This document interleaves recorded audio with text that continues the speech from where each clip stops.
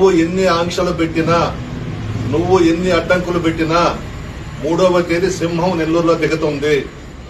నెల్లూరు జిల్లాలో నలుమూలల నుంచి వేలాది మంది సింహాలు నెల్లూరుకు వచ్చి ఆ సింహానికి స్వాగతం పలికేదానికి సిద్ధంగా ఉన్నారు. నీ అబ్బ ఖర్జూరపు నాయుడు రాసిచ్చాడా నీకేమన్నా నెల్లూరు జిల్లాని? నెల్లూరులో దిక్కూడదా జగన్మోహన్ రెడ్డి గారు? ఎందుకు దిక్కూడదు? అందరికీ నమస్కారం అండి.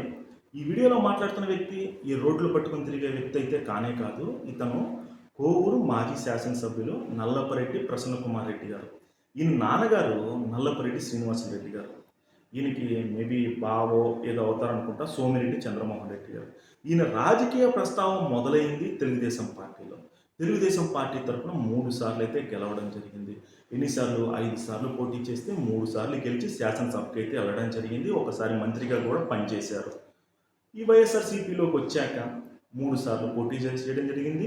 అది 2012, 2019లో గెలవడం జరిగింది. ఇక్కడ ఇతన్ని తెలుగుదేశం పార్టీ మంత్రి పదవి ఇచ్చి గౌరవిస్తే వైఎస్ఆర్సీపీలో 2019 వచ్చాక నెల్లూరులో క్రియాశీలకంగా వైఎస్ఆర్సీపీకి వ్యవహరించాడు ఇతను. అయినా సరే ఇతనికి మంత్రి పదవి ఇవ్వకుండా పక్కన పెట్టేసింది. తెలుగుదేశం పార్టీ ఇతని రాజకీయ ఎదుగుదలకు ఉపయోగపడింది, ఇతన్ని మంత్రిని చేసింది, ఎన్నో చేసింది. కానీ ఈరోజు ఇతను తెలుగుదేశం పార్టీని తిడుతున్నాడు. పార్టీతో సంబంధం లేని వాళ్ళ చంద్రబాబు నాయుడు గారి నాన్నగారిని తిడుతున్నారు. ఇతను ఈ విధంగా తిట్టడానికి గల కారణాలు ఏంటో ఆయనకే తెలియాలి. ఎందుకంటే ఈరోజు చంద్రబాబు నాయుడు గారి నాన్నగారు మన మధ్య లేరు. అయినా సరే ఎప్పుడూ కూడా తెలుగుదేశం పార్టీ వ్యవహారాల్లో ఆయన వేలు పెట్టలేదు.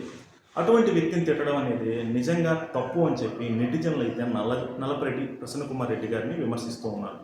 ఇదిలా పక్కన పెడితే ఇతని నోటి దూల ఏ విధంగా ఉంటుందంటే, ప్రసన్న కుమార్ రెడ్డి గారికి ఆపోజిట్లో నిలబడింది 2004లో ఎవరంటే ప్రశాంతి రెడ్డి గారు, వేమిరెడ్డి ప్రశాంతి రెడ్డి గారు. ఆవిడ చేతిలో 54,000 ఓట్ల తేడాతో ఓడిపోవడం కూడా జరిగింది. అవును, నోటి దోలుంటే ఇదే విధంగా ఓడిపోతారు. అంతేకాకుండా యాజ్ ఏ క్లియర్గా ప్రసన్న కుమార్ రెడ్డి గారిని నేను ఒకటే అడుగుతున్నా, అది ఏంటంటారా? మీకు రాజకీయ ఎదుగుదలకు ఏర్పడి మిమ్మల్ని మంత్రి చేసిన పార్టీని ఈ విధంగా తిట్టడానికి మీకు నోరు ఎలా వస్తుంది అని చెప్పి నేను అడుగుతున్నా. నేనే కాదు, నెటిజన్లు అందరూ కూడా ఈ వీడియో చూశాక మొన్నటి వరకు వంశీ, కొడాలి నాని వీళ్ళందరే అమ్మ మొగుడు అంటూ ఉండేవాడు. ఇప్పుడు మరొకటి తయారయ్యాడు, వీళ్ళిద్దరూ కూడా ఇబ్బంది పడుతున్నాడు, మనోడు కూడా ఇబ్బంది పడే టైం దగ్గరికి వచ్చింది అని చెప్పి నెటిజన్లు అందరూ కూడా కామెంట్ చేస్తున్నారు. కాబట్టి మీరు మాట్లాడే భాషలో కనుక మార్పు వచ్చినట్లయితే చాలా బాగుంటుంది. ఎందుకంటే ఈరోజు సుమారు మీరు 40 సంవత్సరాల నుంచి రాజకీయంలో ఉన్నారు. మీరు మీ తర్వాత మీ కొడుకులు కానీ ఇంకెవరైనా సరే రాజకీయాలు రావాలంటే మిమ్మల్ని ఆదర్శంగా తీసుకోవాలి. ఇలాంటి మాటలు మాట్లాడితే ఆదర్శంగా కాదు కదా, జన్మలో మీకు ఎవరో కూడా ఓటు వేయడానికి కూడా ఇష్టపడరు అని చెప్పి నేనైతే చెప్తూ ఉన్నాను.